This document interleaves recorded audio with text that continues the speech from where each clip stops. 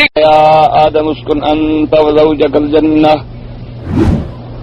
وكلا منها رغدا حيث شئتما ولا تقربا هذه الشجرة فتكونا من الظالمين فأزلهما الشيطان عنها فأخرجهما مما كانا فيه وقلنا اهبطوا بعضكم لبعض عدو وَلَكُمْ فِي الْأَرْضِ مُسْتَقَرٌّ وَمَتَاعٌ إِلَىٰ حِينٍ۔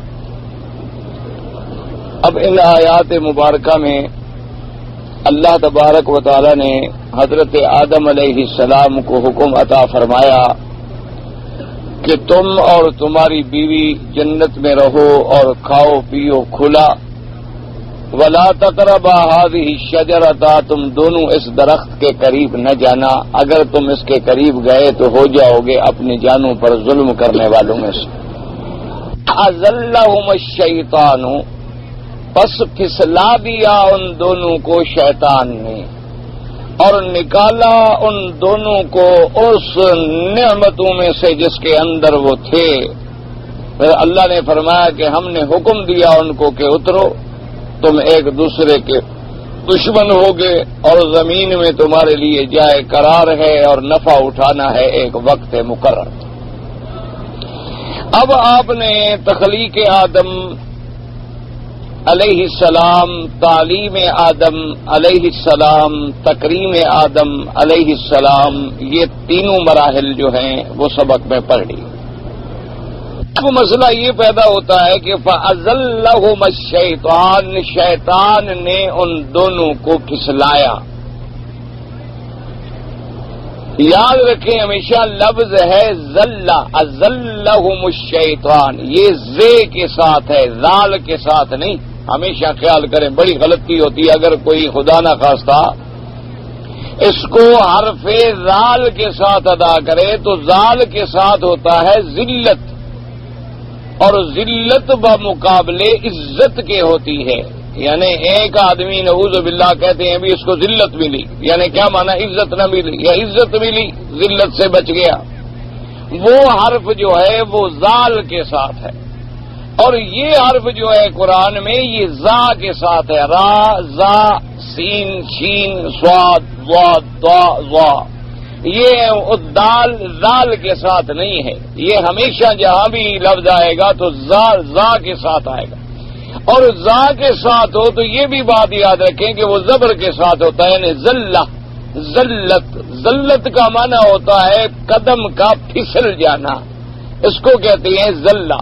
تو اس لیے جب انبیاء، علماء، عباد اللہ صالحین کے بارے میں کوئی ایسی بات آئے تو ہمیشہ کتابوں میں آتا ہے کہ بھئی ذلت العلماء، بھئی یہ علماء کی غلطی، یعنی علماء کا پھسل جانا، انسان عالم بھی وہ بھی پھسل جاتے ہیں، تو اس کا معنی ہوتا ہے پھسلنے سے، یعنی ان کو پھسلایا شیطان نے اور نکالا ان دونوں کو اس جنت سے۔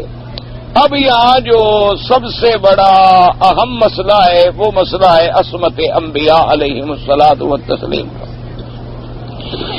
جس کو سمجھنے کے لیے بڑی انتہائی یعنی غور و فکر کی ضرورت ہے تاکہ آدمی اللہ معاف فرمائے، اللہ تبارک و تعالی رحمت فرمائے۔ اگر انبیاء علیہم السلام کے اور اللہ کے رسولوں کے شان میں یا اللہ کے اولیاء کے شان میں کوئی چھوٹی سی غلطی بھی کر بیٹھے تو وہ بہت بڑے جرم ہوتے، کیونکہ اللہ تبارک و تعالی اپنے محبوبین کے بارے میں، اپنے عباد صالحین کے بارے میں، اولیاء متقین کے بارے میں، انبیاء مرسلین کے بارے میں کسی قسم کی تنقیص، توہین، یعنی کسی لحاظ سے لفظاً، قولاً، عملاً، فعلاً، ارادتاً بھی برداشت نہیں فرماتے اور اس پہ فوراً عقاب آ جاتا ہے۔ تو مسئلہ یہ بات یاد رکھیں کہ یعنی اہل سنت والجماعت کا اور تمام سلف صالحین کا اس بات پر اتفاق ہے جس میں کوئی جھگڑا نہیں، کوئی اختلاف نہیں کہ اللہ کے نبی اور رسول معصوم ہوتے ہیں۔ انبیاء علیہم الصلاۃ والسلام اور اللہ کے جتنے رسل ہیں، اللہ نے جتنے پیغمبر بھیجے ہیں، ان کا عدد 1,24,000 ہے یا زیادہ ہے یا کم ہے وہ اللہ کے علم میں ہے، تو بہرحال وہ معصوم ہے۔ کیونکہ یہ بھی عقیدہ ہے کہ انبیاء جو ہیں اس میں کوئی شبہ نہیں کہ وہ ملائکہ سے افضل ہیں۔ ابھی آپ نے انہی آیات مبارکہ میں پڑھا ہے کہ اللہ نے آدم علیہ السلام کو مسجود الملائکہ بنایا کہ ملائکہ کو حکم دیا سجدہ کرو۔ افضلیت آدم کا تو کھلا اظہار موجود ہے کہ آدم علیہ السلام کی افضلیت۔ تو جب آدم علیہ السلام کی افضلیت ہے تو اس سے واضح ہو گئی یہ بات کہ تمام انبیاء اور رسل، تمام اللہ کے نبی، تمام اللہ کے پیغمبر علیہم الصلاۃ والتسلیم وہ معصوم ہوتے ہیں، کیونکہ ملائکہ کے معصوم ہونے میں تو جھگڑا کوئی نہیں، ملائکہ بھی معصوم ہیں، اور ان کے بارے میں بھی قرآن مقدس میں یہ نص موجود ہے کہ لا یعصون اللہ ما امرہم وَيَفْعَلُونَ مَا يُؤْمَرُونَ، کہ فرشتے کبھی اللہ کی نافرمانی نہیں کرتے اور وہی کرتے ہیں جو حکم ملتا ہے۔ اسی طرح قرآن مقدس میں ہے کہ لا يَسْبِقُونَهُ بِالْقَوْلِ، ان کی تو یہ جرت بھی نہیں ہے کہ وہ اللہ کے کسی حکم سے پہلے کوئی سبقت کر جائیں۔ اسی لیے ان کی قرآن مقدس کی اسی سورت بقرہ میں بھی آیا کہ وَنَحْنُ نُسَبِّحُ بِحَمْدِكَ وَنُقَدِّسُ لَكَ، کہ ہمارا تو وظیفہ ہی تسبیح، تحمید اور تقدیس ہے، اور آپ ان کو بنانے پر ارادہ فرما رہے ہیں جو زمین میں فساد کریں گے اور خون ریزی کریں گے۔ تو اس لیے جب ملائکہ معصوم ہیں اور انبیاء ملائکہ سے افضل ہیں تو یہ بات تو کبھی نہیں ہو سکتی کہ ایک غیر معصوم جو ہے وہ معصوم سے افضل ہو جائے، یعنی ملائکہ معصوم ہیں، اور اگر انبیاء اور اللہ کے رسل وہ غیر معصوم ہوں تو غیر معصوم معصوم سے افضل کیسے ہوگا؟ تو اس لیے یہ بات جو ہے یہ تو پختہ ہے کہ جتنے اللہ کے پیغمبر ہیں، اللہ کے رسول ہیں، وہ معصوم ہیں، کیونکہ اگر خدا نہ کرے انبیاء کی عصمت نہ ہو تو پھر تو ان کی اطاعت کا کیا مطلب؟ اور اللہ نے یہ حکم دے دیا کہ اطیعوا اللہ واطیعوا الرسول، اللہ کی اطاعت کرو اور اللہ کے رسول کی اطاعت کرو۔ اور دوسرے مقام پہ تو اتنی بڑی بات واضح فرما دی کہ من یطع الرسول فقد اطاع اللہ، جس شخص نے اللہ کے رسول کی اطاعت کی اس نے گویا اللہ کی اطاعت کی۔ اسی طرح تیسرے مقام پہ اللہ نے قرآن میں ارشاد فرما دیا کہ فَكَيْفَ إِذَا جِئْنَا مِنْ كُلِّ أُمَّةٍ بِشَهِيدٍ وَجِئْنَا بِكَ عَلَىٰ هَٰؤُلَاءِ شَهِيدًا، کہ ہر امت میں سے اس کا نبی جو ہے وہ امت پہ گواہی دے گا۔ تو نعوذ باللہ اگر گواہی دینے والا پاک نہ ہو تو پھر گواہی دینے کا کیا اعتبار؟ اسی طرح اللہ نے چوتھی آیات میں یہ فرمایا کہ جو لوگ آپ کی بیعت کر رہے ہیں وہ گویا اللہ کی بیعت کر رہے ہیں، یعنی حضور پاک صلی اللہ علیہ وسلم کی بیعت کو اللہ نے اپنی بیعت قرار دے دیا۔ تو اللہ تبارک و تعالیٰ کی ذات جو ہے متصف ہے صفات الکمال والجلال اور منزہ ہے عن سائر صفات النقصان۔ اللہ کی ذات جو ہے وہ تو ہر صفت نقصان سے منزہ اور پاک ہے اور متصف ہے تمام صفات کمال و جلال کے ساتھ۔ تو جب اللہ فرمائے کہ جنہوں نے آپ کی بیعت کی ہے انہوں نے گویا اللہ کی بیعت کی ہے، اور چوتھے مقام پہ فرمائے کہ جب انہوں نے آپ کی بیعت کی ہے تو اللہ کا ہاتھ اوپر تھا۔ تو جب اتنا بڑا مرتبہ اللہ کے نبی کو سونپا گیا کہ اس کی اطاعت اللہ کی اطاعت، اس کی بیعت اللہ کی بیعت، اس کی فرما برداری اللہ کی فرما برداری، اس کی نافرمانی اللہ کی نافرمانی، پیغمبر کو ایذا پہنچانا اللہ کو ایذا پہنچانا، ان الذین یؤذون اللہ ورسولہ۔ تو یہ ساری آیات اور پھر نبوت کا مقام شہادت کہ تمام انبیاء پر اور تمام پر ان کا شاہد ہونا اور گواہی دینا، یہ تمام آیات اس بات پہ واضح دلالت کرتی ہیں، اور یہی الحمدللہ عقیدہ اہل سنت والجماعت ہے کہ اللہ کے تمام نبی انبیاء جو ہیں معصوم۔ اب معصوم کا معنی سمجھیں کہ معصوم کا کیا معنی، اور اسی طرح ایک عصمت اضطراری ہے اور ایک عصمت جو ہے وہ اختیاری ہے، ان دونوں میں بھی بڑا فرق ہے۔ یعنی معصوم تو ملائکہ بھی ہیں، ملائکہ معصوم ہیں، لیکن ان کی عصمت جو ہے وہ اضطراری ہے، اس لیے کہ اللہ نے ملائکہ میں قوائے شہوانیہ حیوانیہ رکھی ہی نہیں ہے۔ ان کے اندر جو قوا ہیں وہ تو ملکوتی صفات کے حامل ہیں، ان کے اندر قوا حیوانیہ اور شہوانیہ ہے ہی نہیں۔ اللہ کے ملائکہ کھانے سے پاک، پینے سے پاک، بیوی سے پاک، اولاد نہیں، کچھ نہیں، ان کے اندر تو یہ قوت اللہ نے رکھی ہی نہیں ہے، یعنی یہ مادہ ہی نہیں ہے۔ تو لہذا وہ تو خود بخود پاک ہے۔ ایک آدمی کھانے سے پاک ہے تو کیا کھانا کھائے گا؟ وہ تو پاک ہے، اس کو تو بھوک لگتی ہی نہیں۔ ایک آدمی کے اندر قوا حیوانیہ اور شہوانیہ موجود ہی نہیں ہے تو وہ کہے کہ جی میں عورت سے پاک ہوں، تو کوئی بڑی بات نہیں، وہ تو ہے ہی نہیں اس میں قوت۔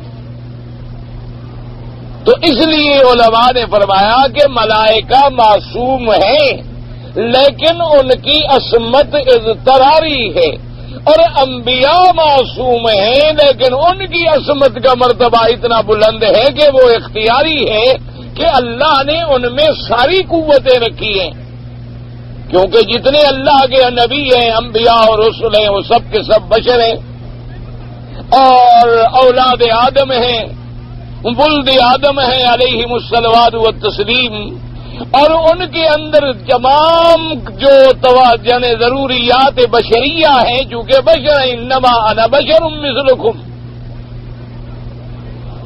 قل سبحان ربی هل کنت الا بشر رسولا، حضور صلی اللہ علیہ وسلم نے واضح فرما دیا۔ تو اس لیے جب ان میں بشریت ہے تو بشریت کے تمام لوازم بھی ہے۔ جیسے بشریت کے لوازم میں ہے کہ آدمی کو تکلیف ہوتی ہے، بھوک لگتی ہے، پیاس لگتی ہے، کوئی تکلیف پہنچے، دکھ پہنچے تو غم ہوتا ہے، کوئی اچھی خبر پہنچے تو خوشی ہوتی ہے، اور بیوی کی خواہش ہوتی ہے، اولاد کی تمنا ہوتی، تمام چیزیں انبیاء میں موجود ہیں، لیکن اس کے باوجود وہ غلط کام نہ کریں، یہ کمال عصمت ہے کہ ساری خواہشات بھی موجود ہیں۔ یعنی یوں سمجھ لیں کہ مثلا ایک آدمی ہے وہ خسرا ہو، یعنی وہ مرد نہ ہو، اور وہ اگر اکیلا کسی جگہ پر ایک رات گزار لے اور اتفاق سے وہاں ایک عورت بھی موجود ہو، اور وہ صبح لوگوں کو کہتا پھرے گا جی میں بڑا پاک آدمی ہوں، ساری رات عورت میرے کمرے میں رہی اور میں نے کوئی برائی نہیں کی، اس میں تو برائی کرنے کی طاقت نہیں، برائی تو اس نے نہیں کی، یہ ہم نے مان لیا، لیکن کیوں نہیں کی کہ اس کے اندر برائی کرنے کی قوت ہی نہیں تھی، طاقت ہی نہیں تھی۔ اصل کمال تب ہے کہ طاقت ہے اور دوسرے مردوں سے زیادہ طاقت ہے۔ اللہ کے انبیاء میں عام مردوں سے زیادہ قوت ہوتی ہے، زیادہ طاقت ہوتی ہے، زیادہ اللہ نے ان کو قوت رجولیت عطا فرمائی ہوتی ہے، لیکن اس کے باوجود مجال ہے کہ نظر غلط اٹھے، تو یہ کمال عصمت ہے۔ تو اس لیے اب یوں سمجھ لیں کہ معصوم کا معنی آسانی سے یوں سمجھ لیں کہ جس کو نفس اور شیطان، چونکہ دو چیزیں آدمی کو دھوکہ دینے والی ہیں، ایک نفس اور ایک شیطان۔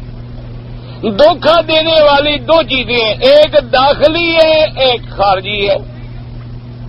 نفس تو ہر آدمی کے اندر موجود ہے، ہر آدمی کا تقاضا ہے کھانے کا، پینے کا، عورت کا، بیوی کا تقاضا ہے، اس کے نفس جو ہے وہ طلب کر رہا ہے۔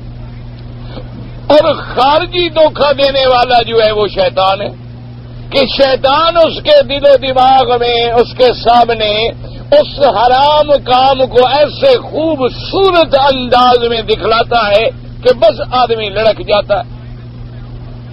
اپنے گھر کے اندر بیوی ہوگی، باجمال ہوگی، فرما بردار ہوگی، خوبصورت ہوگی، اور سب سے بڑی بات یہ ہے کہ وہ پاک ہوگی، کہ اس بیچاری نے کبھی کوئی دوسرا مرد دیکھا نہیں، لیکن اس کے باوجود شیطان جو ہے تمہارے سامنے ایک ایسی فاحشہ عورت جو بالکل یعنی بازاری عورت ہے، سڑک پہ بیٹھی ہے، اور جس کے پاس روزانہ دن میں 20 آدمی جاتے ہیں، اس کی ایسی صورت تیرے دماغ میں مسلط کرے گا کہ اس پاک عورت کو چھوڑ کے اس بازاری عورت کے پاس بیٹھا ہے، اور یہ بھی جانتا ہے کہ یہ تو بازاری ہوئی، یہ تو اشارے عام ہے، کھلی سڑک ہے، جو بھی آئے گزر جائے، یہ جاننے کے باوجود وہاں بیٹھا ہوا ہے۔ اسی طرح آپ اندازہ کریں کہ آپ کے گھر میں بیوی ہے، اس کے لیے تو آپ مہینے میں 500 ریال بھی نہیں نکال سکتے، اور ایک غلط عورت سے نعوذ باللہ تعلق ہو جائے تو آپ بھیک مانگیں، چوری کریں، ڈاکہ ماریں، جوا کھیلیں، 5000 بھی دیتے ہیں، اور پھر معافیاں بھی مانگتے ہیں کہ میں وقت پہ آپ کو پیسے نہیں پہنچا سکا،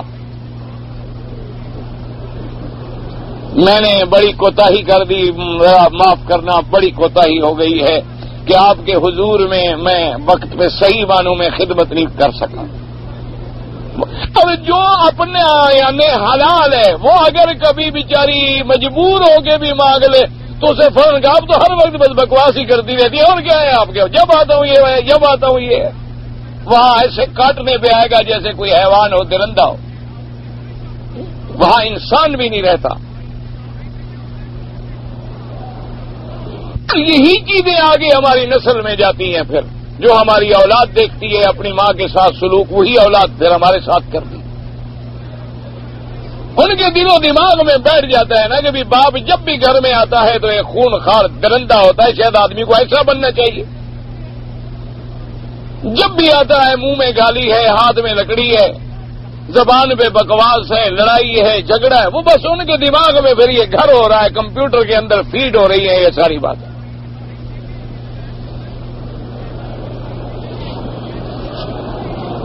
تو اس لیے اب معصوم کا کیا مانا کہ جس کو نفس اور شیطان کے حملے سے پاک ہو، یعنی نفس کے دھوکے میں بھی وہ نہ آئے اور شیطان کے دھوکے میں بھی وہ نہ آئے، وہ معصوم ہوتا ہے، یعنی اندر سے بھی پاک اور باہر سے بھی پاک۔ تو اللہ کے جتنے پیغمبر ہیں، جتنے نبی ہیں، جتنے رسول ہیں، اللہ کے کروڑوں صلاۃ و سلام ان پر، وہ پاک ہوتے ہیں، نفس کے دھوکے سے بھی پاک ہوتے ہیں اور شیطان کے دھوکے سے بھی پاک ہوتے ہیں۔ ان کا نفس بھی پاک ہے، یعنی اندر بھی پاک ہے، اور باہر کے دھوکے سے بھی وہ محفوظ ہے۔ نفس کیسے پاک ہے کہ اللہ نے جب ان کو چن لیا ہے، اللہ یصطفی من الملائکۃ رسلا ومن الناس، اللہ نے فرمایا کہ اللہ نے چن لیا ہے ملائکہ میں سے بھی اور انسانوں میں بھی سے ان کو جن کو اللہ نے سفیر بنانا ہے۔ اور اسی طرح لفظ آیا ہے یجتبی، یعنی استفاء اور اجتباء۔ اسی طرح ہمیشہ یاد رکھیں یہ وزن ہے افتعال، استفاء اجتباء، یہ وزن بنے گا افتعال۔ کیا معنی ہوتا ہے؟ یعنی اللہ نے جن کو اپنے لیے چن لیا ہے، اپنے لیے چن لیا ہے۔ جیسے قرآن میں ایک جگہ آتا ہے نا جی زک تالو، اور آگے لفظ آتا ہے کالوہم، اقتالو کا کیا معنی؟ اپنے لیے وزن کرنا، علی وزن افتعال. اور کالو کا کیا معنی ہوتا ہے؟ کالوہم یا وزنوہم، دوسرے کو وزن کر کے دینا یا دوسرے کو پیمائش کر کے دینا. تو اقتال کا معنی افتعال کے وزن پر کیا ہوگا کہ اپنے لیے وزن کرنا. تو جب اللہ نے انبیاء اور رسولوں کے بارے میں فرمایا استفاء، فرمایا اجتباء، اور اسی کو دوسری آیت نے واضح کر دیا کہ وَاصْطَنَعْتُكَ لِنَفْسِي، اللہ نے فرمایا میں نے اپنے لیے تمہیں چن لیا ہے، اختیار کیا. تو جب اللہ تبارک و تعالی یستفی من الملائکۃ رسلا ومن الناس، اور کہیں آیا یجتبی اور کہیں لفظ آتا ہے الا من ارتضی، تو یہ سارے وزن بتلا رہے ہیں کہ اللہ نے ان کو اپنے عہدہ رسالت کے لیے، عہدہ سفارت کے لیے، عہدہ نبوت کے لیے اللہ نے انہیں چن لیا ہے، انہیں اختیار فرما لیا ہے، انہیں چنا ہے. اور یہ لفظ میں نے کہا عہدہ نبوت کے لیے، یہ یاد رکھو رسالت و نبوت عہدہ ہے، اور ولایت جو ہے، مرتبہ ولایت جو ہے وہ کسب سے، محنت سے، جد و جہد سے حاصل ہو سکتا ہے، لیکن نبوت اور رسالت یہ عہدہ ہے، آرڈر کے بغیر حاصل نہیں ہو سکتا. اس بات کو یاد رکھیں اور سمجھ لیں کہ ایک آدمی مثلا اللہ کا ولی، ان اولیاءہ الا المتقون، کیا معنی اللہ کے اولیاء کون ہوتے ہیں؟ اللہ سے ڈرنے والے. اب جتنا آدمی تقوی میں بڑھتا گیا بڑھتا گیا بڑھتا گیا بڑھتا گیا بڑھتا گیا، وہ مرتبہ ولایت پہ پہنچتا گیا، حرام سے بچتا گیا، حلال کو اختیار کرتا گیا، اللہ کے تقوی میں خشیت میں بڑھتا گیا، تو اب وہ محنت سے مقام ولایت کو جا پہنچا، وہ اللہ کا ولی بن گیا. لیکن نبوت اور رسالت جو ہے وہ محنت سے حاصل نہیں ہوتی، وہ عہدہ ہے، وہ مرتبہ ہے. جب تک آرڈر نہ ملے، وہ کتنا ہی پاک کیوں نہ ہو، کتنا عظمت والا کیوں نہ ہو، نبی نہیں کہلا سکتا. اب دیکھیں نا کہ دنیا میں مثلا آپ ایک ہے علم حاصل کرنا، کہ آپ نے ایم اے کر لیا، کسی نے ڈبل ایم اے کر لیا، کسی نے پی ایچ ڈی کر لیا، کسی نے 2 علوم کے اندر پی ایچ ڈی کر لیا، کسی نے 4 علوم کے اندر پی ایچ ڈی کر لیا. تو علم حاصل کرنا تو ہر کسی کی محنت پر ہے، تم نے محنت کی، میں نے کی، اس نے کی، اس نے کی. لیکن کسی ملک کا سفیر بن جانا بغیر آرڈر کے، یہ نہیں ہوتا کہ ہر ڈگری والا جو ہو کہ چونکہ میرے پاس ڈگری ہے لہذا میں سفیر ہوں. وہ کہیں گے کہ جی ہم کیسے مانیں؟ پہلے آپ اپنے ملک کا آرڈر لکھ رہے، پھر وہ اسناد سفارت پیش کریں، پھر اگلا ملک ان اسناد سفارت کو قبول کرے، قبول کرنے کے بعد آپ کے اعزاز میں گارڈ آف آنر پیش کیا جائے، آپ کو ہم اب جناب ہز ایکسیلنسی تسلیم کر لیں، پھر جا کر تمہارا یہ مرتبہ اور عہدہ پکا ہوگا. تو اسی طرح آدمی محنت کرنے سے مقام ولایت پہ تو پہنچ سکتا ہے، لیکن مقام نبوت پہ نہیں پہنچ سکتا جب تک آرڈر نہ ہو، چونکہ وہاں تو حکم ہے اللہ چن لیتا ہے. جب تک اللہ چنے نہ، جب تک اللہ چن کے آرڈر نہ کرے کہ یہ میرا نبی ہے، اس وقت تک مقام نبوت جو ہے اور مقام رسالت جو ہے وہ حاصل نہیں ہو سکتا. اب اسی سے یہ اندازہ لگا لیں کہ جب اللہ نے چن لیا تو اللہ ہر صفت نقصان سے پاک ہے، اور ساری مخلوق اگر مل کر بھی چنے تو غلطی ہو سکتی ہے، لیکن اللہ کے چننے میں کوئی غلطی نہیں ہو سکتی. تو اللہ نے جن کو چنا اگر ان کے اندر کوئی نقص رہ جائیں، کوئی غلطیاں رہ جائیں، کوئی کمزوریاں رہ جائیں، کوئی کمی رہ جائے، تو پھر تو نعوذ باللہ اللہ کے چننے میں اعتراض آئے گا. اس لیے ہمیشہ یاد رکھیں اس میں بڑے بڑے علماء کے پاؤں پھسلے ہیں. اللہ تبارک و تعالی محفوظ رکھے. اللہ پاک ہمیں بے ادبی سے، گستاخی سے اور انبیاء کے شان میں کسی قسم کی کمی سے اپنی رحمت سے محفوظ رکھے. یہ بڑا نازک مقام ہے، انسان کی کوئی ہمت نہیں کہ وہ بچ جائے. بڑے بڑے علم والے، بڑے بڑے مطالعے والے لوگ جو ہیں وہ انبیاء کے شان میں ایسے لفظ لکھ بیٹھے کہ ساری زندگی کی محنت حکارت ہو گئی. کیوں؟ یہ تو مقام ایسا نازک. یعنی آپ اندازہ فرمائیں کہ آدمی مرتد ہو جائے توبہ کرے قبول ہے. ایک آدمی اللہ معاف کرے اسلام سے نکل گیا، اللہ بچائے اللہ بچائے، اسلام سے نکل جانے کے بعد مرتد ہو گیا، اللہ معاف کرے، تو اگر پھر اللہ توفیق دے دے توبہ کر لے قبول ہے. اچھا آدمی ساری زندگی شرک میں مبتلا رہا توبہ کر لے قبول ہے، لیکن نبی کی توہین کرنے والا زندیق ہے اور اس کی سزا قتل ہے، اور علماء نے لکھا اس کی توبہ بھی قبول نہیں. جب توبہ ہی قبول نہ ہو تو اب چھٹکارا کیسے ملے؟ توبہ کا رستہ ہی بند ہو گیا. توبہ کا دروازہ کھلا رہے تو پھر تو بات ہے نا جی، چلو بھی بچ جائیں گے، لیکن اگر خدا نہ کرے توبہ کا دروازہ ہی بند ہو جائے تو بات تو ختم ہو گئی. اسی لیے آپ دیکھیں بڑی عظیم الشان کتاب ہے شیخ الاسلام ابن تیمیہ رحمہ اللہ تعالی، اللہ ان کی قبر پہ کروڑوں رحمت نازل فرمائیں. ان کی بڑی عظیم الشان معرکۃ الآراء کتاب ہے، الصارم المسلول فی شاتم الرسول جو ہے، بڑی میرے خیال میں اس فن پر، اس موضوع پر جو قلم علامہ شیخ الاسلام رحمت اللہ نے اٹھایا ہے اور کسی عالم نے نہیں اٹھایا. بڑی عظیم اور بڑی جامع، بڑی معنی، بڑی محقق مدلل کتاب ہے. اور اس میں انہوں نے کہا کہ جو آدمی اللہ کے نبی کے بارے میں کوئی گستاخی کا لفظ کہے اور اس کے بعد کچھ کرتا رہے، بس اس کی سزا قتل ہے، موت ہے، اور اس کی توبہ بھی قبول نہیں کی جائے. اسی لیے آپ دیکھیں کہ جب مکہ فتح ہوا تو میرے آقا نے سرکار مدینہ صلی اللہ علیہ وسلم نے حکم دیا دو کافروں کے بارے میں، اپنے صحابہ کو حکم دیا کہ وہ کافر دو جو ہیں وہ تمہیں حرم میں ملیں. فرمایا کعبے کے غلاف کے نیچے بھی کھڑے ہو تو ان کو قتل کر دو، کیونکہ انہوں نے حضور کو گالیاں دی. وہ شاتم رسول تھے، اس لیے اللہ تبارک و تعالیٰ معاف فرمائے. اب گالی کا منع نعوذ باللہ یہ نہیں ہوتا کہ جیسے ہم گندے لوگ گالیاں دیتے ہیں، یعنی نبی کے شان میں ان کے شان سے گرا ہوا کوئی لفظ کہہ دیا جائے تو وہ گالی ہے.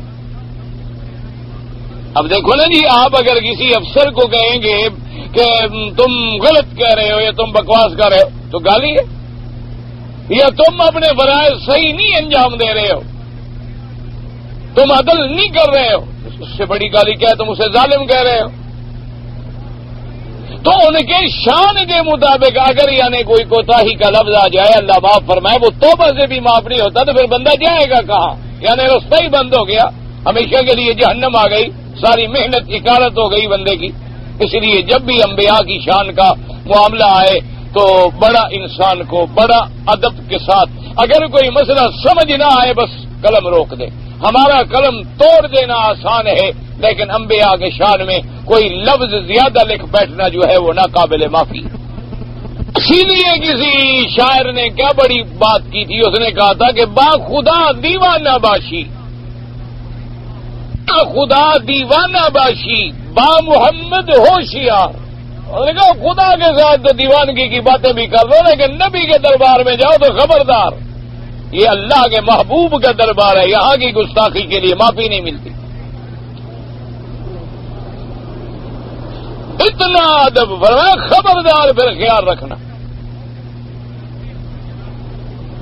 کوئی ایسی بات نہ ہو جائے کہ جس میں ایسا یعنی اللہ معاف فرمائے. تو بہرحال اب عقیدہ کیا بنا کہ انبیاء علیہم السلام کیا ہے؟ معصوم. معصوم کا کیا معنی بنا کہ نفس اور شیطان کے دھوکے سے محفوظ. اچھا نفس کے دھوکے سے کیسے محفوظ ہے کہ اللہ نے انہیں چن لیا؟ جب اللہ نے چنا تو اللہ کے چناؤ میں غلطی ہوتی نہیں، تو اللہ نے پاک لوگوں کو چنا ہوگا نا. اچھا شیطان کے دھوکے سے کیسے پاک ہیں کہ قرآن خود کہہ دیتا ہے کہ ان عبادی لیس لک علیہم سلطان. اللہ نے فرمایا کہ ملعون خبردار، تمہیں میں نے بڑی قوتیں دے ڈالی ہیں، بڑی تمہیں استدراجی طاقت میں نے دی ہے اپنے بندوں کو آزمانے کے لیے، لیکن جو میرے بندے ہیں ان پر تیرا کوئی زور نہیں. اور شیطان نے خود بھی کہا کہ میرا اللہ فَبِعِزَّتِكَ لَأَغْوِيَنَّهُمْ أَجْمَعِينَ، مجھے تیری عزت و جلال کی قسم ہے میں تیرے سارے بندوں کو گمراہ کروں گا الا عبادک منہم المخلصین، لیکن جو تیرے بندے ہیں نا، خالص تیرے بندے یا چنے ہوئے تیرے بندے، ان پر میرا زور نہیں چلے۔ اس بدبخت نے بھی یہ اعتراف کر لیا کہ میں سب کو گمراہی میں ڈالوں گا لیکن تیرے بندوں پہ میرا زور نہیں چلتا۔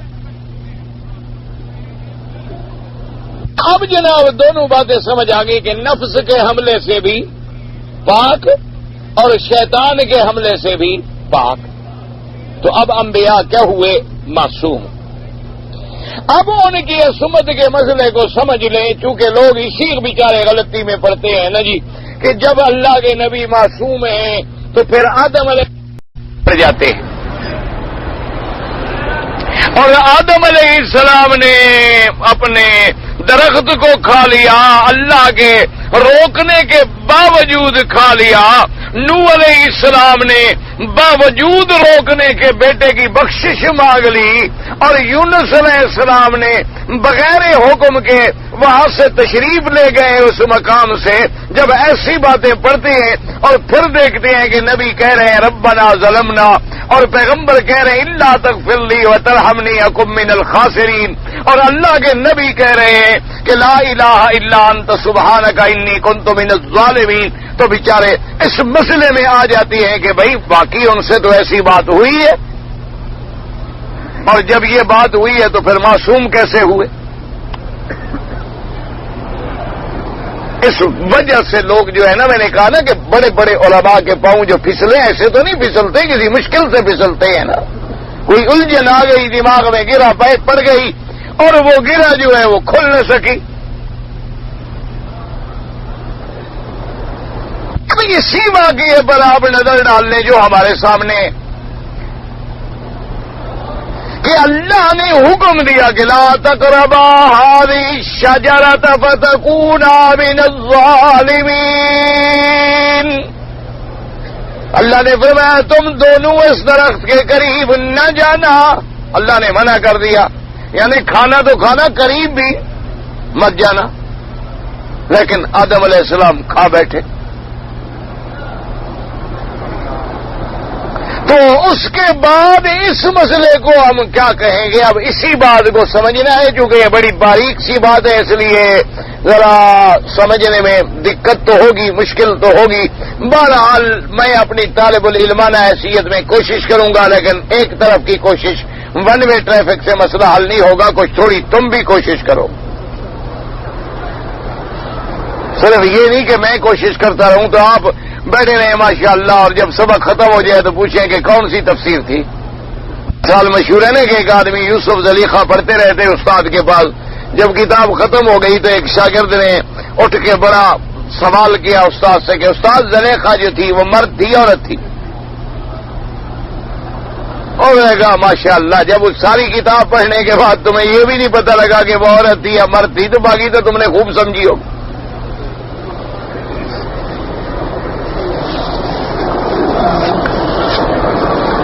تو اب اس مسئلے کو ذرا بڑی اچھی طرح سے سمجھیں کہ پہلی بات ہماری کیا ہے کہ نبی معصوم ہوتے، کبائر سے بھی معصوم ہوتے ہیں اور صغائر سے بھی معصوم ہوتے ہیں۔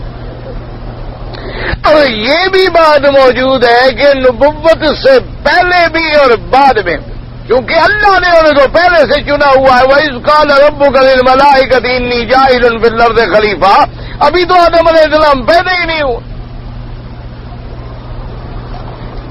اور جن کو اللہ نے خلافت فی الارض کے لیے پہلے فیصلہ فرما لیا ہے تو اللہ تو علیم بذات الصدور ہے، اللہ کے علم جو ہے وہ محیط ہے، تو ان کو پتہ نہیں تھا کہ ان میں یہ خطا ہے یا غلطی۔ اس لیے علماء نے کہا کہ اب اگر اس کو ذرا اور آسان کریں تو انشاءاللہ مسئلہ عصمت انبیاء جو ہے ذرا آسان ہو جائے گا۔ اس کو آپ ذرا 4 مراحل میں لے لیں۔ ایک مسئلہ ہے، ایک مرحلہ ہے اعتقادیات، دوسرا مسئلہ ہے تبلیغ احکام 2، اور تیسرا مسئلہ ہے فتویٰ اجتہاد 3، اور چوتھا ہے اقوال اعمال افعال۔ یہ 4 حصے اگر کر لیں تو مسئلہ سمجھنے میں آپ کو آسانی ہو جائے گی۔ نمبر 1 کیا ہے؟ اعتقادیات۔ تو یہ بات یاد رکھیں کہ اللہ کے تمام نبی اعتقادیات کے معاملے میں تو بالکل دین فطرت میں ہے نا، ان کے اعتقادیات میں تو کبھی غلطی ہو ہی نہیں سکتی نا، کہ اللہ ان کو نبوت کے لیے چن لے اور خود کو ان کو توحید کا پتہ نہ ہونا۔ تو اعتقادیات میں عصمت انبیاء جو ہے وہ تو واضح ہو۔ اب نمبر 2 ہے تبلیغ احکام، تبلیغ رسالت۔ اس میں بھی اللہ کے نبی من کل الوجوہ معصوم ہیں۔ یہ ناممکن ہے کہ اللہ اپنے پیغمبروں کو حکم دے اور وہ رسالت میں کوئی کوتاہی کرے یا اللہ کے حکم کو پہنچانے میں کوئی کمی کرے، سوال ہی پیدا نہیں ہو سکتا۔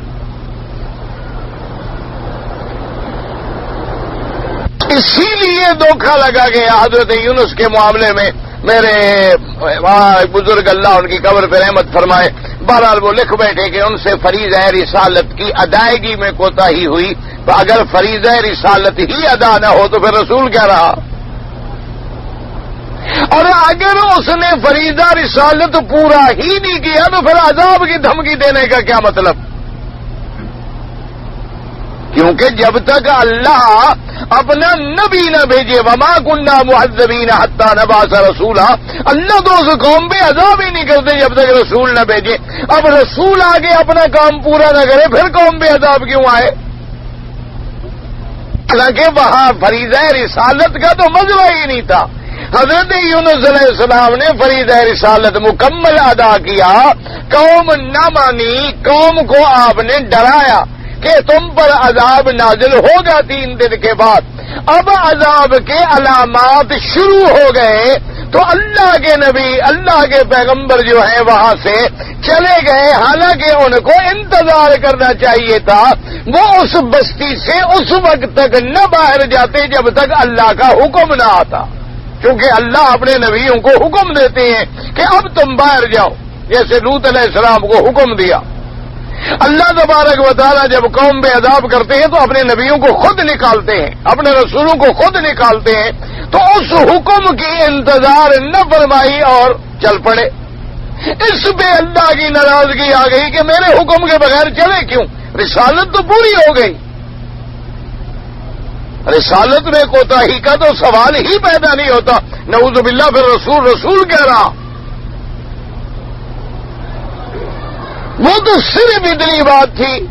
اب جب قوم پر عذاب کے آثار آئے اور قوم نے یہ بھی دیکھ لیا کہ اللہ کے نبی اندر سے چلے گئے ہیں، اب قوم یکدم گر گئی، خدا کے دروازے پہ معافی مانگنے لگ پڑی۔ اللہ ان کو بھی شاید معافی نہ دیتے، لیکن انہوں نے فرمایا میرے نبی نے بھی تو میرے حکم کی انتظار نہیں کی، اور قوم بھی گڑ گڑا رہی ہے، قوم کو معافی مل گئی۔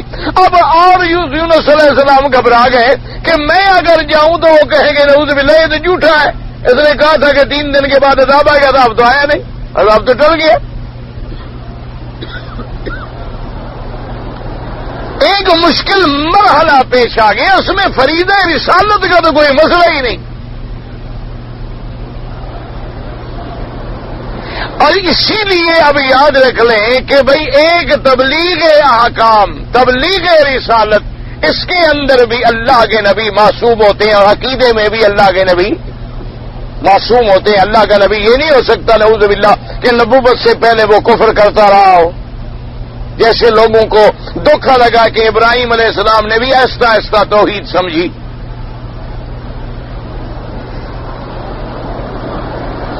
یہ بڑے مغالطے ہوتے ہیں، اللہ پاک ان کی جن سے غلطیاں ہوئی اللہ ان کو معافی عطا فرمائے، اور اللہ اب ان کے قبروں پہ رحمتیں فرمائے۔ وہ بھی انسان تھے، ہم بھی انسان ہیں، غلطیاں کن سے نہیں ہوتی۔ اللہ نیتوں کو جانتے ہیں کہ غلطی نیت سے کی گئی یا غلطی نیت نہیں تھی لیکن صاف ہو گیا، اور نیت کا معاملہ دل سے ہے، لہذا کسی کو ایسے اعتراض کرنے کا حق نہیں ہوتا کہ ان کو برا کہے، پتہ نہیں ان کی نیت تو یہ نہیں ہوگی، یہ معاملہ تو نیتوں کا اللہ کے سامنے ہے کہ ان نے جو غلطی کی کیا ان کا ارادہ یہ تھا کہ نبی کے بارے میں ایسی لفظ لکھے، یا ارادہ تو نہیں تھا لیکن مسئلہ سمجھ نہ سکے، مشکل میں الجھن میں پڑ گئے۔ بہرحال اللہ ان کی قبروں پہ کروڑوں رحمتیں فرمائیں، اور اللہ تبارک و تعالی جو علماء زندہ ہیں انہیں ایسی ذلت سے معاف فرمائیں، بچائیں اپنی رحمت کے ساتھ۔ اب جناب اس مسئلے کو سمجھیں کہ تو اچھا یہ بھی یاد رکھ لیں کہ یہ جو امامیہ ہے نا، یہ شیعہ برادری ہر مسئلے میں عجیب ہیں۔ ان کے عقیدے میں ہے کہ نبی تقیے کے طور پہ کفر بھی کر سکتا ہے۔ یہ بڑی بدبخت قوم ہے، انہوں نے ہر مسئلے میں اپنا ایک نیا دین نکالا ہے۔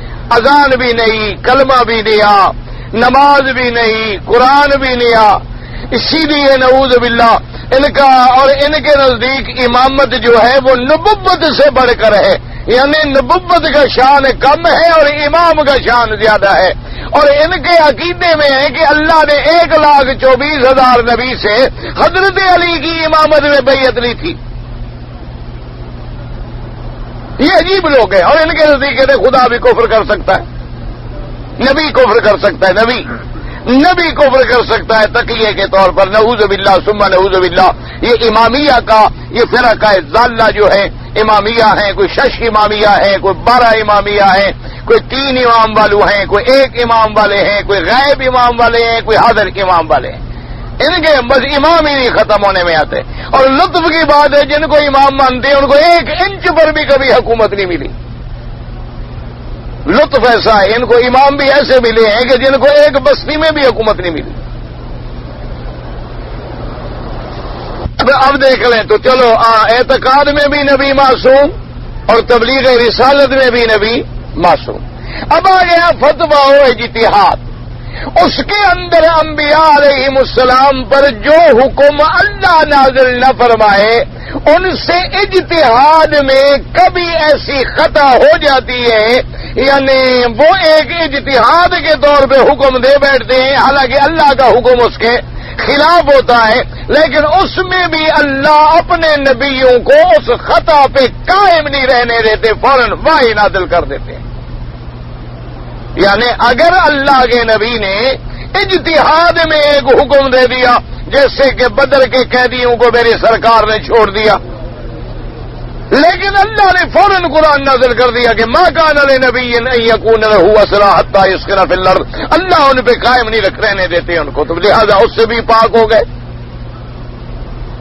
کیا مانا؟ یعنی حضور کے بعد ہر مجتہد جو ہے وہ خطا بھی کرے گا اور ثواب پہ بھی ہوگا، کل مجتہد یخطئ و یصیب فإن اخطأ فلہ اجر فإن اصاب فلہ اجران، یعنی ہر مجتہد خطا بھی کر سکتا ہے، ثواب پہ بھی پہنچ جاتا ہے، لیکن خطا کرے تب بھی ثواب ملے گا کیونکہ اس نے تو محنت کی نا، اس نے تو مسئلہ سمجھنے کے لیے محنت کی، اس کی محنت کو خدا ضائع تو نہیں کرتے۔ لیکن اگر اس نے محنت کی اور فیصلہ ٹھیک کر دیا تو 2 اجر مل گئے، اگر فیصلہ غلط ہو گیا تو 1 اجر ملا۔ لیکن اب یہ راز قیامت میں کھلے گا کہ مجتہد نے یہ مسئلہ جو بیان کیا ہے یہ ٹھیک تھا یا ٹھیک نہیں تھا، چونکہ وحی تو آ نہیں رہی۔ اسی لیے مجتہدین کے اجتہادات میں اختلاف ہوتے ہیں نا، کہ ایک مجتہد نے ایک اجتہاد کیا ہے، دوسرے مجتہد نے ایک اجتہاد کیا، اور اللہ کے نزدیک لازمی بات ہے کہ مسئلہ تو ایک طرح ہو سکتا ہے، 2 طرح تو نہیں ہو سکتا۔ اللہ کے نزدیک تو حق ایک ہوگا نا جی، 2 جگہ تو حق نہیں ہو سکتا کہ ایک مثلا کہے حلال ہے دوسرا کہے حرام ہے، تو اب حلال بھی ہو حرام بھی ہو، یہ تو ہو نہیں سکتا۔ اللہ کے یہاں تو لازمی بات ہے کہ ایک چیز ہوگی، یا حلال ہوگا یا حرام ہوگا، لیکن ہمیں اس کا پتہ نہیں چل سکتا کہ وحی تو آ نہیں رہی۔ لیکن اس پر بھی اس مجتہد کو مواخذہ نہیں ہوتا کہ اس نے تو اجتہاد کیا اور اس کو اجتہاد کا اجر ملتا ہے۔ تو جب عام مجتہد کو بھی غلطی پہ اجر ملتا ہے، اگر پیغمبر اپنے اجتہاد میں ایسی کوئی بات کر جائے تو اس کو ہم گناہ کیسے کہہ سکتے ہیں؟ اور پھر اس مجتہد کو تو قیامت تک اس غلطی سے نکالا بھی نہیں جاتا، پتہ ہی نہیں۔ لیکن انبیاء کے اجتہاد میں اگر کوئی بات خلاف اولا ہو گئی ہے تو فوراً اللہ نے قرآن بھیج کر وحی بھیج کر اس کی اصلاح کر دی، بات ختم ہو گئی. تو فتویٰ و اجتہاد کا مسئلے کا پہلو بھی آپ کے سامنے آ گیا. اب تیسرا پہلو ہے انبیاء کے اقوال، اعمال، افعال. ان کے اندر انبیاء علیہم الصلاۃ والسلام سے کبھی ایسا ہو جاتا ہے کہ ترک اولا ہو جائے،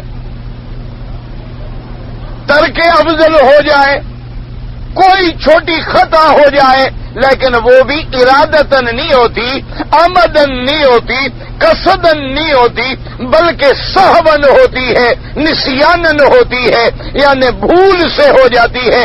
آخر انبیاء بشر ہیں، اور حضور نے فرمایا انما انا بشر انسا کما تنسونا واغضب کما تغضبون او کما قال، کہ میں اللہ کا بھیجا ہوا رسول ہوں، بشر ہوں، میں بھی بھول جاتا ہوں جیسے تم بھول جاتے ہو، مجھے بھی غصہ آ جاتا ہے جیسے تمہیں غصہ آ جاتا ہے.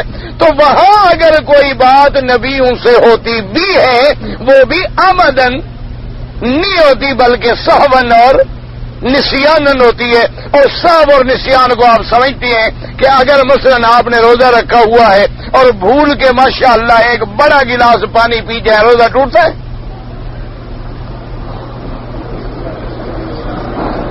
آپ نے روزہ رکھا ہوا ہے، روزے میں آپ نے بھول کر ایک گلاس پانی ماشاءاللہ ٹھنڈا، اور گلاس بھی وہ اپنے جو اپنے ملک میں ہوتے ہیں نا 3 منزلہ، اب تو چھوٹے ہو گئے نا، اب تو گلاس بھی چھوٹے ہو گئے، بندے بھی چھوٹے ہو گئے. اپنے ملک میں پہلے دور میں، اب بھی ہمارے یہاں تو ہیں دیہاتوں میں، ہمارے بلوچوں میں تو اب بھی وہی رواج ہے ماشاءاللہ. وہی بڑے بڑے پیالے بھی ہمارے ہوتے ہیں، بڑے بڑے گلاس بھی 3 منزلہ ہوتے ہیں. ایک گلاس جو لسی ملے نا تو شام تک کافی ہے. اب تو یہ لوگ ہیں نا ان کے اندر آ گئے، خود بھی ٹیڈی بن گئے، برتن بھی ٹیڈی ہو گئے، ہر چیز جو ہے وہ چھوٹی سی چھوٹی ہوتی جا رہی ہے.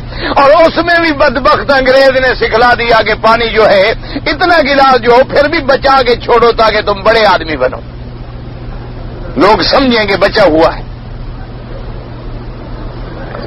اندر سے چاہے بھوکا مر رہا ہو، دیکھ رہا ہو یار چھوڑنا تو نہیں جائے گا، کیا کہ جی تہذیب کا تقاضا ہے. تو بہرحال کہنے کی بات، تو اگر روزے میں بھول کے تم 3 منزلہ گلاس ہضم کر جاؤ تمہارا روزہ تو نہ ٹوٹے، اور اللہ کے نبی اگر کبھی بھول گئے تو پھر کہا جائے وہ معصوم نہیں ہے؟ یہ کوئی عقل کی بات ہے؟ یعنی ایک عام امتی اگر بھول کے غلطی کرے اس کی تو غلطی شمار ہی نہ ہو کہ بھول گیا، ورنہ تو یہ لفظ بھول جانے والا محاورہ ہی ختم ہو جاتا نا. آپ کہتے ہیں نا کوئی کہ ہو جی آپ نے میرے ساتھ وعدہ کیا، ہو کہ جی ناراض نہ ہوں، اللہ جانتا ہے میں بھول گیا. اچھا آپ کہیں ٹھیک ہے جی بھول گیا، بس بات اس نے مان لی کہ میں بھول گیا. تو جب آپ کوئی بھول کریں اس پر تو اللہ بھی ابھی نہ پکڑے، اور انبیاء سے کوئی بھول ہو گئی تو آپ نے ہاتھ ڈال لیا، نبیوں کی عظمت پر آپ نے قلمیں اٹھا لی اور کتابیں لکھ ڈالی. کوئی عقل کی بات ہے؟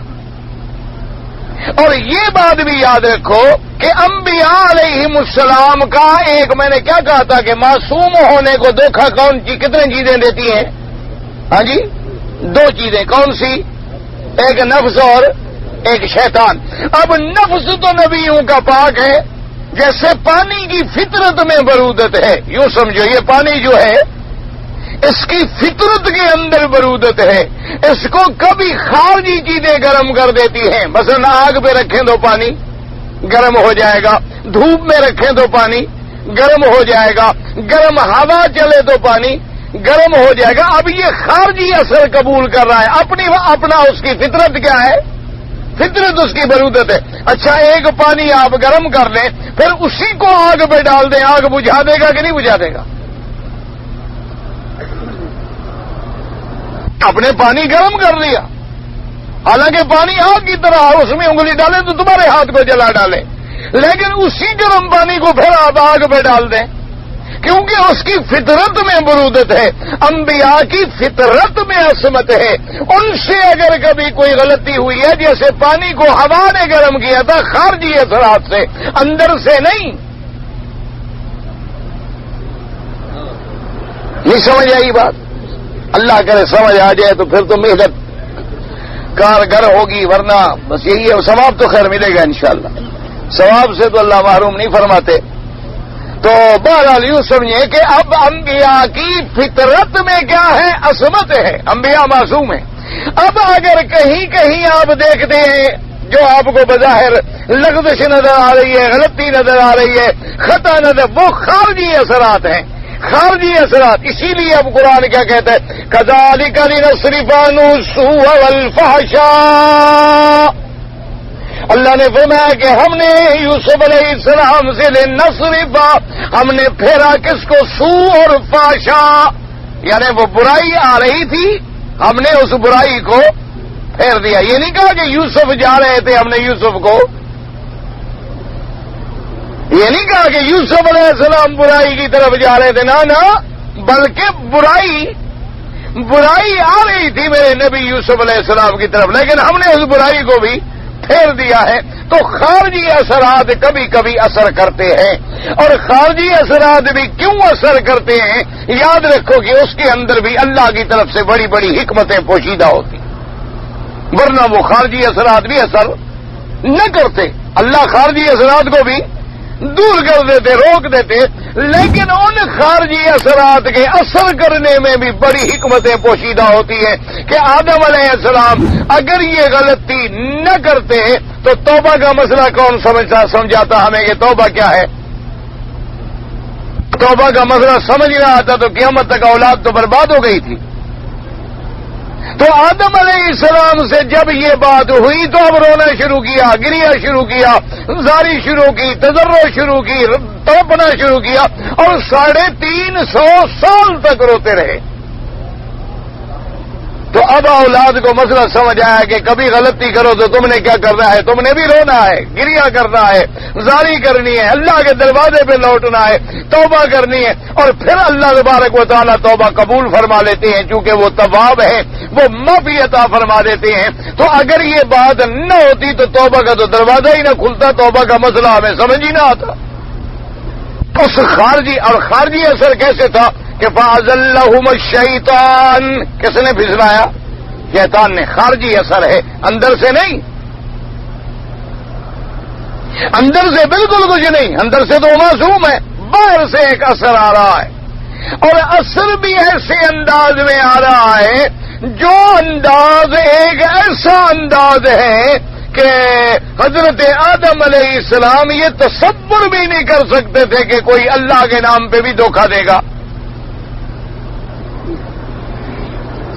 جیسے آج سے 50 سال یا 100 سال پہلے یعنی کوئی آدمی یہ سوچ ہی نہیں سکتا تھا کہ بھی کوئی مولوی مسند رسول پہ بیٹھ کے بھی جھوٹ بولے گا.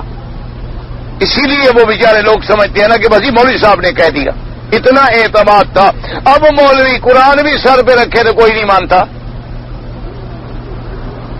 400 سال پہلے آپ دیکھیں کہ کوئی حاجی حج پڑھ کے جاتا تھا تو لوگ ساری زندگی حاجی صاحب حاجی صاحب حاجی صاحب، یعنی آج تک کسی نے کسی کو نمازی صاحب نہیں کہا، روزے دار نہیں کہا، آج تک کسی نے کسی کو زکاتی نہیں کہا، نمازی نہیں کہا، روزی والا نہیں کہا، لیکن ایک حج کر کے جاتا حاجی حاجی حاجی، اور وہ جو بات کہو جی حاجی صاحب نے کہہ دیا، جی بس حاجی صاحب نے کہہ دیا. اب حاجی صاحب 3 قرآن بھی سر میں رکھ لینا، وہ کہتے ہیں سب سے بڑا جھوٹا یہی. وہ کہتے ہیں جو کعبے میں جھوٹ بولتا ہے یہاں آ کر کیسے سچ بول لے گا، جو مکے مدینے میں حرم میں رہتے ہوئے حیا نہیں کرتا تو باہر آ کے کیسے حیا کر لے گا. تو اس لیے یہ تصور، ابھی آدم علیہ السلام نے تو ابھی مخلوق دیکھی ہی نہیں، ان کے تو دل و دماغ میں بھی یہ بات نہیں جا سکتی تھی کہ کوئی آدمی اللہ کے نام پہ جھوٹی قسم بھی کھا سکتا ہے. اسی لیے حضور صلی اللہ علیہ وسلم کو نماز میں سہو آیا کہ 4 رکعتوں کی نماز حضور نے 2 رکعت پڑھا دی اور سلام پھیر دیا، اور صحابی کھڑے ہوئے، انہوں نے کہا قصرت الصلاۃ اب نسیت یا رسول اللہ صلی اللہ علیہ وسلم کہ نماز چھوٹی ہو گئی ہے حضور، آپ بھول گئے. حضور نے فرمایا کہ نہیں، ماں قصرت الصلاۃ وما نسیت، نہ نماز چھوٹی نہ میں بھولا. پھر صحابی کھڑا ہو گیا، پھر تیسرے دفعہ کھڑا ہو گیا. حضور نے پھر ساری جماعت سے پوچھا الصدقۃ الیدین، انہوں نے کہا بالکل حضور، بات تو صحابی نے ٹھیک کی ہے. حضور نے پھر نماز پوری کی. تو بظاہر تو یہ صحب آیا، لیکن اگر حضور نماز میں نہ بھولتے ہیں تو قیامت تک ہمیں نماز کے بھولنے کا سیدھے صاحب کا مسئلہ کون سمجھاتا؟ حضور پہ اگر یہ بھول طاری نہ ہوتی تو ہم اگر نماز میں بھول جاتے ہم کیا کرتے؟ حضور صلی اللہ علیہ وسلم کو نیند آ گئی، نماز قضا ہو گئی، سورج نکل آیا. اب بظاہر تو سورج نکل آیا، نماز قضا ہو گئی، لیکن اگر حضور سے نماز قضا نہ ہوتی تو قضا کا مسئلہ کون سمجھاتا؟ تو اس لیے ہمیشہ یاد رکھیں کہ انبیاء معصوم ہوتے ہیں، خارجی اثرات کبھی اثر کرتے ہیں، ان سے ترک اولا ترک افضل کوئی ہو جاتا ہے، لیکن اس میں بھی اللہ کی حکمت پوشیدہ ہوتی ہے، پوری دنیا کو سبق سکھلانا ہوتا ہے. اور وہ کبھی کبھی وہ غلطی اللہ کو اتنا پیاری ہوتی ہے کہ تیری میری نیکی بھی اس مرتبے کو نہیں پہنچ سکتی. کیا مانا؟ حضرت مائد اسلمی صحابی ہیں، ان سے زنا ہو گیا. اب اللہ کے دربار میں روئے، زاری کی، تضرع کیا، حضور کی خدمت میں آ گئے، اقرار کیا، رجم ہو گئی. حضور نے فرمایا خدا کی قسم ہے میرے مائد نے ایسی توبہ کی ہے کہ اگر میں سارے مدینے والوں پہ تقسیم کر دوں تو سب کو جنت میں لے جائے. یعنی اب اس کا گناہ کتنا بڑھ گیا، حالانکہ ہوا تو گناہ، لیکن گناہ کے بعد یہی وجہ ہے. یہ ہمارے بعض جو ہے نا صوفی ہمارے پیر وہ انہی چیزوں میں دھوکے، وہ کہتے ہیں جی بادشاہ گناہ کرنے دیا کرو، کبھی کبھی گناہوں سے بھی مرتبے ملتے ہیں. وہ اسی چکر میں تو پڑے ہوئے ہیں غریب. کہتے ہیں جو بزرگ جی ایسی حرکتیں کرتے ہیں اس کے بغیر بھی تو ترقی نہیں ہوتی نا. یہ ملامتی پھر کے اللہ معاف فرمائے یہ نہیں ہے. اصل معنی یہ ہے کہ ان سے خطا ہونے کے بعد جو توبہ اور تضرع ہے، آدم سے خطا ہونے کے بعد جو توبہ اور تضرع ہے، اگر تم گناہ کے بعد اسی طرح مائز کی طرح جاری کر سکتے ہو، آدم علیہ السلام کی طرح 350 سال تک اللہ کے آگے رو سکتے ہو تو آؤ آگے. تو نہیں کہ تم گناہوں کے لیے نعوذ باللہ رستے نکالو. تو اس لیے یاد رکھیں انبیاء علیہم السلام معصوم ہیں، اندر باہر سے پاک ہیں، ظاہر باطن سے پاک ہیں، اور ان سے اگر کوئی بات ہوئی ہے تو اثر خارجی کی وجہ سے ہوتی ہے، اور اس میں بھی اللہ کی حکمتیں پوشیدہ ہوتی ہیں. اس لیے میرے اللہ نے آدم علیہ السلام کے مسئلے میں بھی فرمایا، آخر میں کیا فرما دیا کہ فَنَسِيَ آدم فَلَمْ نَجِدْ لَهُ عَزْمًا، کہ آدم بھول گیا. تو اگر بھول کے تم گلاس پی جاؤ تو تمہاری بھول تو معاف ہے. اور آدم اگر کہتے ہو گندم کا دانہ، مجھے تو نہیں پتا گندم تھا کیا تھا، بہرحال وہ ایک دانہ کھائے تو تم معاف نہ کرو اور تمہارے گلاس بھی معاف ہو جائیں کہ جی میں تو بھول گیا. اچھا بھی بھول گیا تو تمہارا ٹھیک ہے. تو آدم سے اتنی بڑی غلطی ہوگی کہ اس کو تم آج تک معاف نہیں کرتے ہو. تو اس لیے انبیاء معصوم ہوتے ہیں، اندر باہر سے پاک ہوتے ہیں. اور پھر ان لفظوں کو ظلم سے کیوں تعبیر کیا جاتا ہے، اس کی مثال ایسے ہے کہ اگر کوئی شان والا چھوٹی سی بھی غلطی کرے تو بڑی نظر آتی. یہ ہمیشہ قاعدہ ہوتا ہے. مثال مشہور ہے نا جی کہ ایک آدمی نے جب ایک بزرگ کو ان کے کسی نعرے پر ان کو پتھر مارے جا رہے تھے تو برداشت کرتے رہے. ایک آدمی نے آ کے پتھر مارا تو ان کی چیخ نکلی. تو لوگوں نے کہا کیوں؟ نے کہا یہ تو سمجھتا تھا میری بات کو، اس نے پتھر مارا تو مجھے تکلیف ہوئی نا. یہ تو نہیں سمجھتے تھے اس لیے مجھے کوئی تکلیف نہیں ہوئی کہ وہ تو نہ جاننے والے تھے. تو انبیاء سے اگر ترک اولا بھی ہو جاتا ہے چونکہ شان بڑا ہے، ان کا ڈر بڑا ہے، اس لیے جیسے ایک تہجد گزار کی تہجد بھی رہ جائے تو وہ روتا رہتا ہے، اور ایک بے نماز کی 5 نمازیں بھی چلی جائے تو اس کو پرواہ نہیں ہوتی، اس کو کوئی غم نہیں ہوتا. اللہ تبارک و تعالی ہمیں حق بات سمجھنے کی توفیق دے. کہتا ہے جی کہ پتہ نہیں کوئی سکے 10 ریال دے کے 9 ریال لیتے ہیں، بالکل ناجائز ہے، سود ہے.